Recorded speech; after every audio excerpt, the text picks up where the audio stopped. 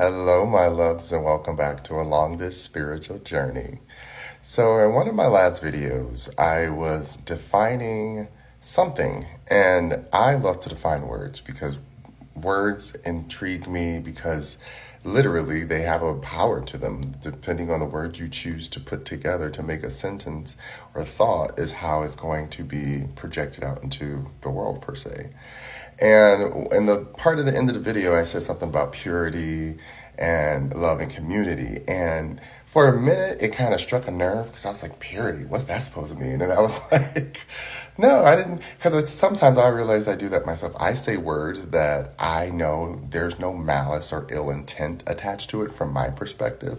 But because of society, unfortunately, a distorted society, not all of society as a whole, but there are distortions to society that create projected beliefs. And so for a long time, purity's always been attached to, like, I think A Handmaid's Tale or something, like, be pure. And I realized in that moment, even I'm conditioned to think a word like purity is connected to sexuality.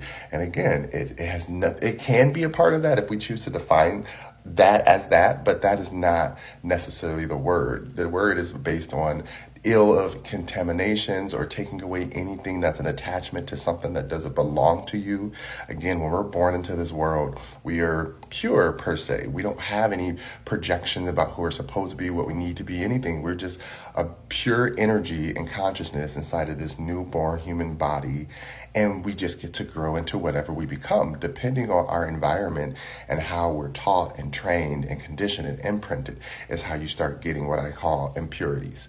And so when I say the word purity, I mean those things that are attached to our past lives, our childhood, our trauma, that again, sometimes it's not fair that we have to go through all of it and get rid of it, but it's fair to the inner child who is now the physical adult that walks around with this emotional memory that has yet to discard it. And so when I say when we leave this earth, you want to be pure of things that no longer serve your purpose or timeline. Remember, a lot of people, a lot of things are going to find ways to interrupt or stagnate your process. But the process, again, of living is to just genuinely express how you want to see yourself live, joy, whatever. It's all part of the cycle of ebb and flow. Again, we really don't know what's going to happen, just like a tree that's been growing for 100 years doesn't know one day one gust of wind is going to come over and knock it over. That's just how nature goes. You don't know when the time is coming, but it's important to know that you're pure of heart so that when you release this body, you go back to a pure consciousness and not a distorted, diluted one.